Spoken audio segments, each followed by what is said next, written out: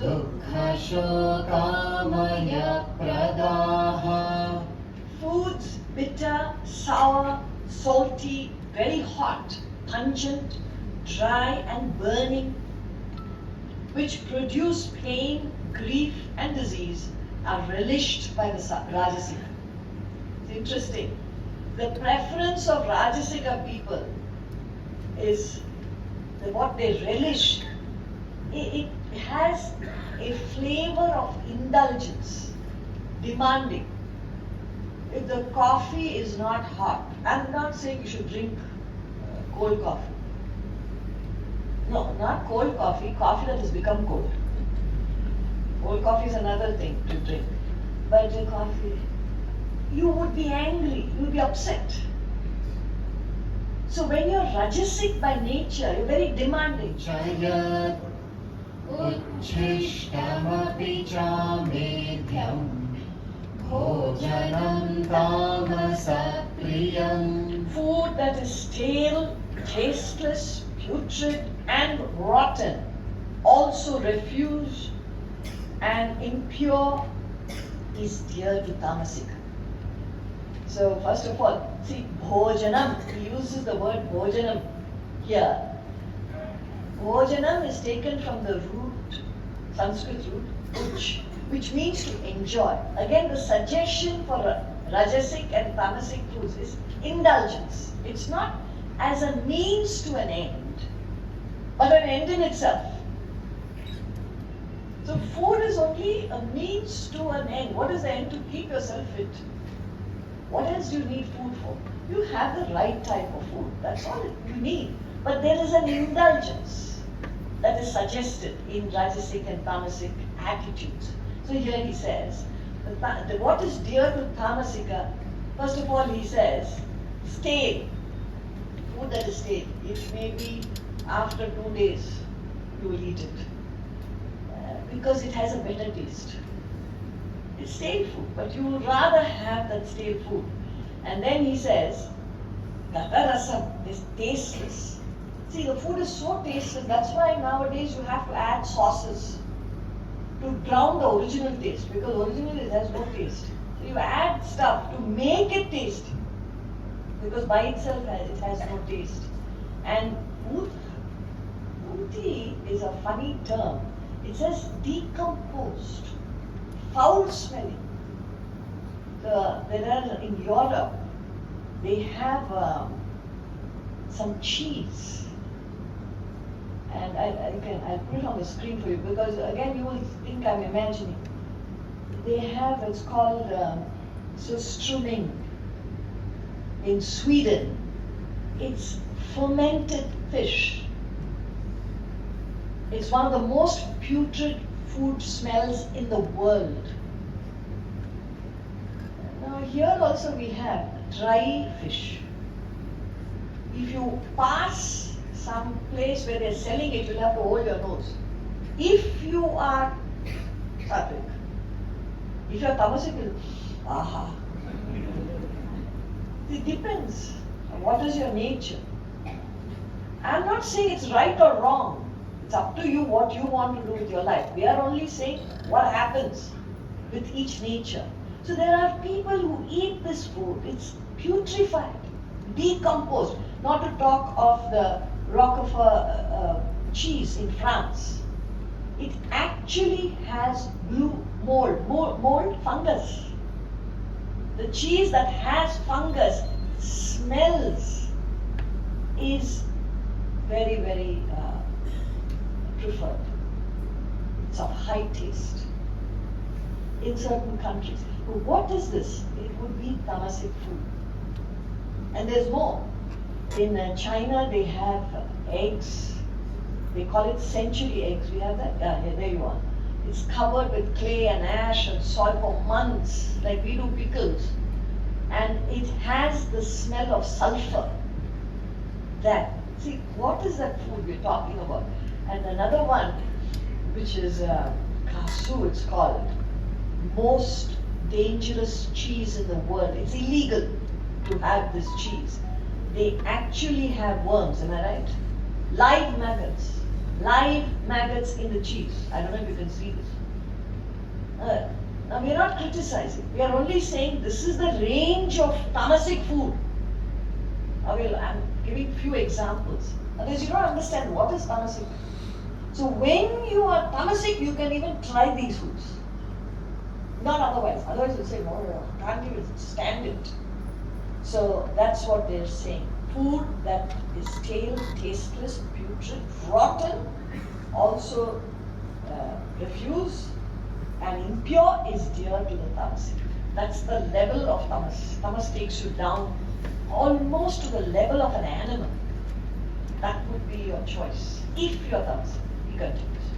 अफलाकाङ्क्षिभिर्यज्ञः विधिदृष्टो य इज्यते यष्टव्यमेवेति मनः समाधाय स सात्विकः. The sacrifice, now we've finished food, ahara, now we are going into sacrifice, yajna. The sacrifice offered by those desiring no fruit, as enjoined by ordinance, with the mind well resolved that they should merely sacrifice, that is satvika. So, satvika yajna, the word that is used is yajna. Do we have the chart which talks about yajna? Yajna, just check whether you have it. It gives you, see, yajna, or what we understand commonly as havan. You know havan, where you have a brick wall trough and the fire is invoked.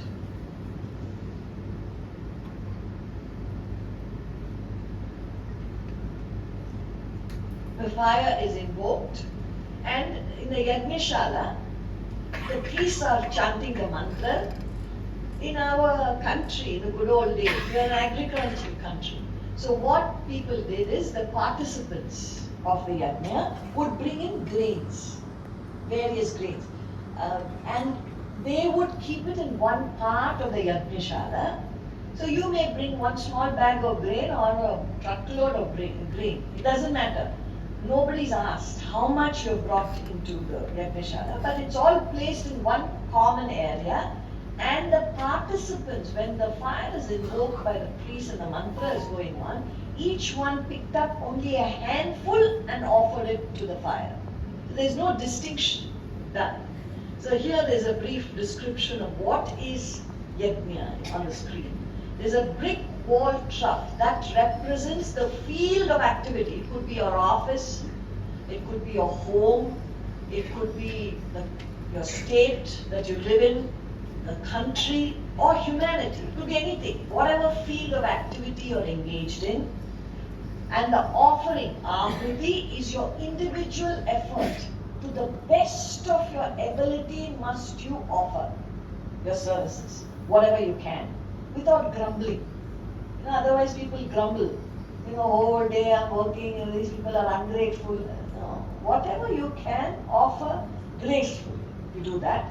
And the burning of fuel, the burning of the fire represents exhaustion of your desires. If you have the right attitude in activity, your desires will be exhausted. And then the flame shoots up when you make the offering, means it brings such activity, brings success and peace, both. Otherwise you may have success, no peace, or your peaceful, not successful.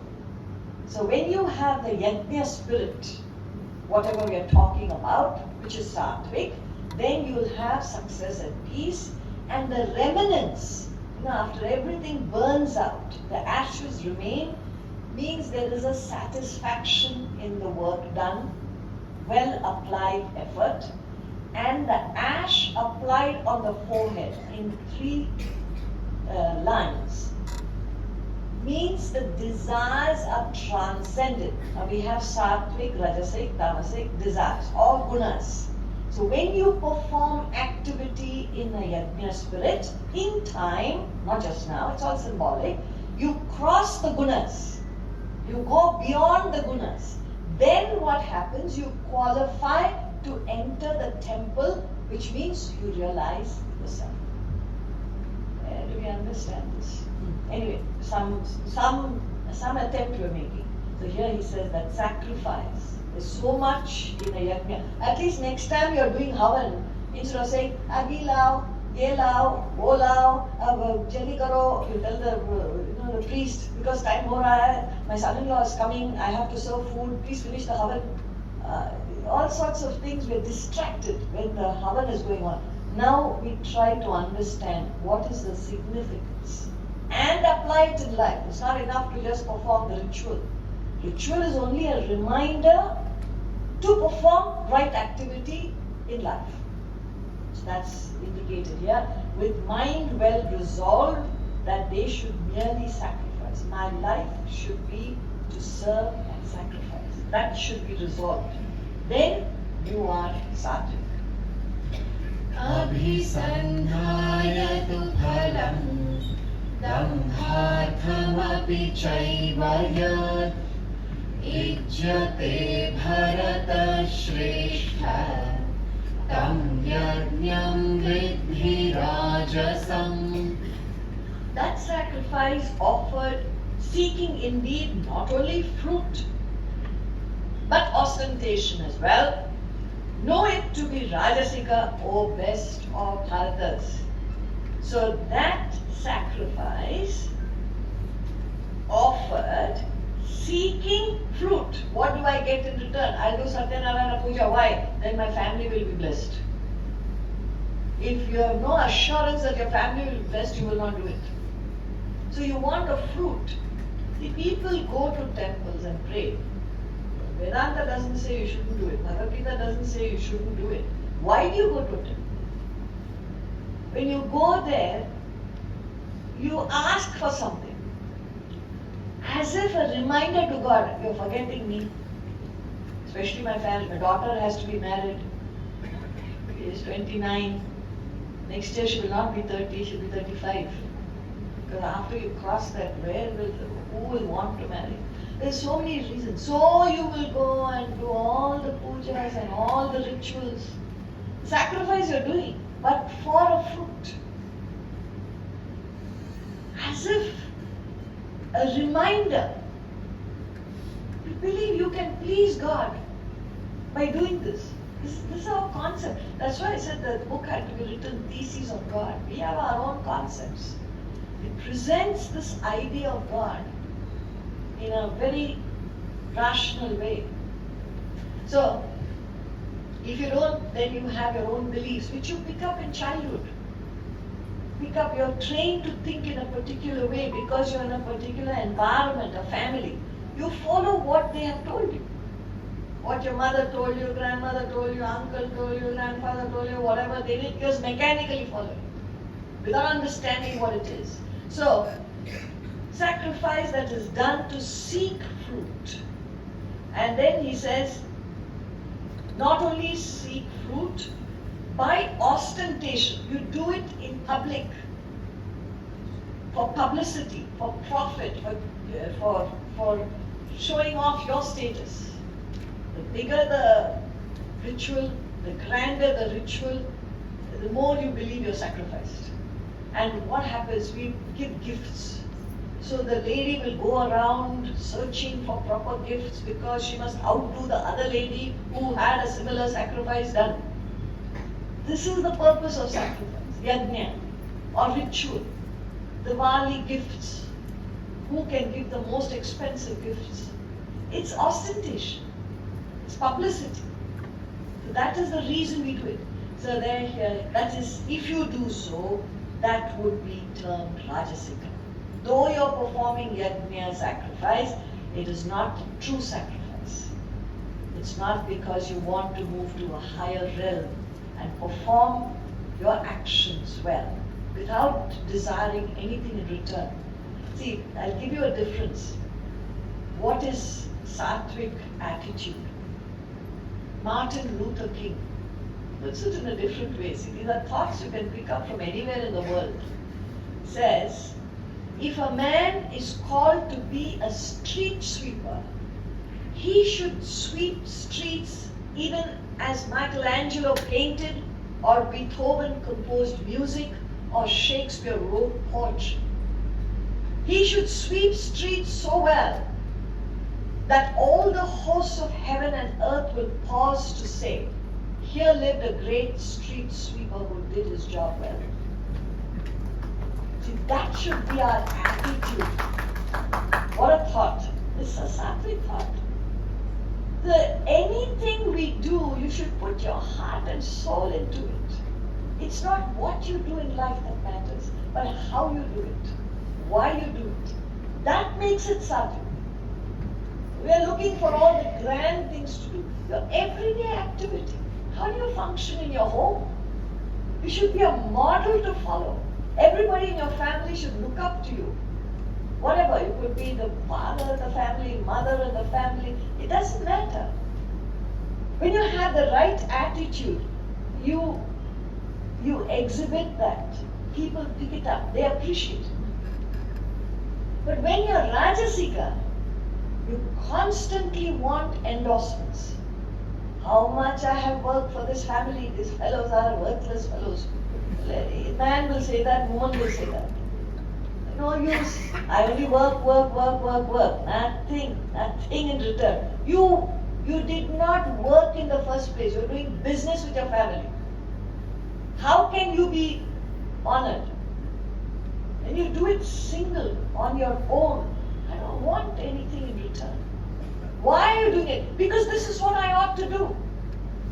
All of nature functions in the spirit of service and sacrifice, except human beings. Therefore, human beings suffer. You've got to learn from nature. Look at the sun. It rises every morning and sets every evening. What will you say? What else can the sun do? A rose gives fragrance. Why? Because that is what it must do. It's not looking for any endorsement. The lady of the house has come. Let me release calories. She'll appreciate me. No. Amali, the gardener has come, waste. Whether the gardener comes or the lady of the house comes or nobody comes, it will do its duty. What? Release fragrance. How do we human beings function? Far, far from nature. So that is being sattvic. Otherwise, how to understand what is sattva? Just do, you're a street sweeper. You have to just make sure you sweep the streets well. Period. But it is street sweeping. Doesn't matter. Doesn't matter what you do. That's the idea in understanding sattva. Rajas, of course, is done because of ostentation or profit motive. And then Thomas.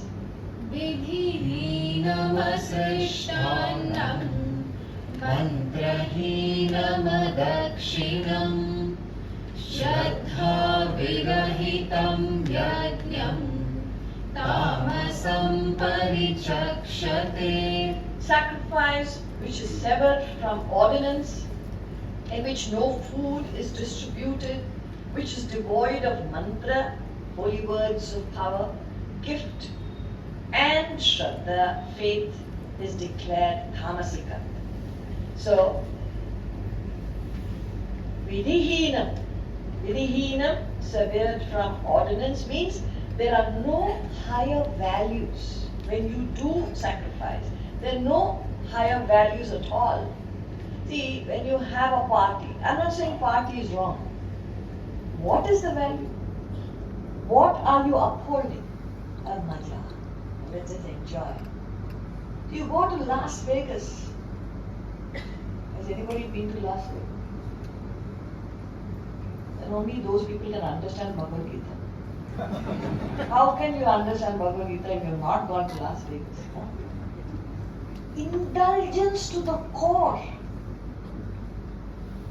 You know, there are people, Las Vegas is supposed to be the, Sin City, huh? Okay. What is that sin? I don't know. But people get married. It is the marriage capital of America. Also the divorce capital. Because people get married, they don't know who they got married to. When they wake up in the morning, they say, who is this person? In such a state they are that they don't know who they married. So the next day they go and divorce. That is the level of indulgence. So there are no values at all in those actions. That's what they're saying. It's completely severed from ordinance. And where there is no attitude of sharing. That is why food distributed means sense objects distributed. Wealth. So there is no, see, you want to benefit, but you don't want anybody else to benefit. That's why in companies also, organizations, you make profit, then you share it. That company will prosper. But if there's no profit sharing, it is a question of time. There'll be revolt in the organization. They see the top guys are moving in all fancy cars.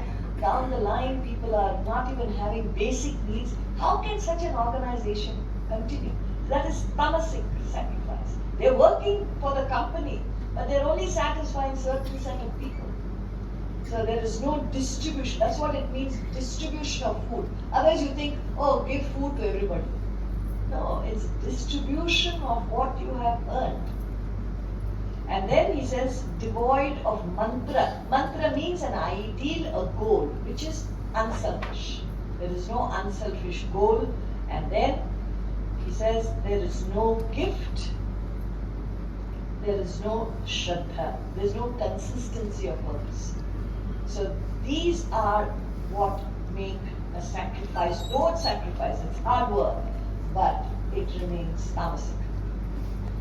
देवद्विजगुरुप्राज्ञः पूजनं शौचमार्जवम्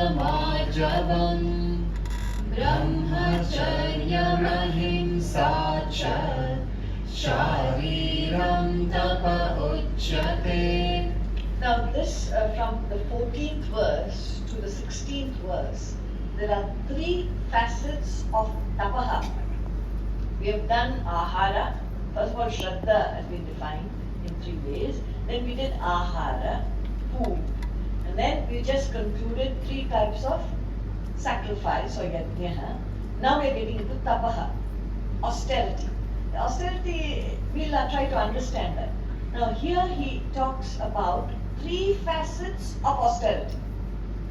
And then he describes it as sattva, rajas, tamas. So first of all, austerity has 3 facets. What are the 3 facets? Here he is talking about the austerity of the body, physical contact. Worship of the gods, twice born, gurus and the wise, purity, uprightness, celibacy and non-injury are called austerity of the body. Meaning at your contact level. Who do you contact? What is the austerity of the body? So tapaha in general avoids dissipation. It conserves energy and directs it to a higher ideal. That is tapas. That is the meaning of tapaha. See, a sportsman, for example, a person is inspired to be a state level sportsman. Then what does he do? First thing he has to do is start getting up early in the morning. It's tapas, it's hard work. Then, well, everybody is sleeping, the whole family is sleeping. He'll go for a jog, he'll go for physical training, even before he plays the sport. And then he has to play the sport for a couple of hours in the morning, then rush to his college or whatever he's doing. And then again he comes back in the evening, make sure his food is right, his physical activities are right. There could be parties going on, all his friends have come. He says, no, I cannot come, I'm sorry, because I have to get up in the morning. There's a lot of sacrifice, tapas. What is he doing? He's conserving his energies and directing it to something higher. That is tapas. So here, he's talking about worship of the gods. Gods means in the context ideals. I did mention it is in small case G and in plural. There's a book incidentally. It's called The Symbolism of Hindu Gods and Rituals. The question arises in people's minds. So many gods, whom to worship. That's why in puja rooms, in homes, they have row of gods. Because the problem is if I put one god above and one god below, what will they get angry maybe? So many worries we have. and so many gods and goddesses. So what is the meaning, nobody really knows. So the book will explain, but we don't have time to explain that. That's why it's, when we say there's one God, then why do we use the term gods? It has a significance. They mean ideals and values in life. So you follow that, you keep in contact with that. It's a austerity of the body. You work for an ideal. And then twice born, the Brahmin. Brahmin is not by birth, but by sattvic content. When the sattvic content in you is very high, you are referred to as a Brahmin. So you maintain sattva. That's what it said. That's what it means. And then he says Guru. Guru is one who removes ignorance and helps you to gain knowledge. And Prajnaha, wise are those who can guide you in material life. Wise people, people of wisdom. And then he says, you need to be pure. Pure meaning alert to imperfections. You must understand, like we mentioned, are you fit physically? What is preventing you from being fit? Nothing. If you are not conscious of being unfit, how can you progress? You won't do anything to keep you fit. So purity in the context means you are alert to impurities, imperfections in your personality or in your environment. So keep, even in office, you keep your desk clean. And that doesn't mean you collect all the rubbish and put it in the drawer and close it. People do that, you know. The lounge is very pretty in the house. You go to the room, open the cupboard, the whole cupboard will embrace you. Because everything is pushed into the cupboard and locked. And pushed so tight, then only you lock it, otherwise it will open up. That is the condition. It's imperfection. What is the need to stuff it? So I could go on giving examples, but you've got to be conscious of imperfections. That is purity.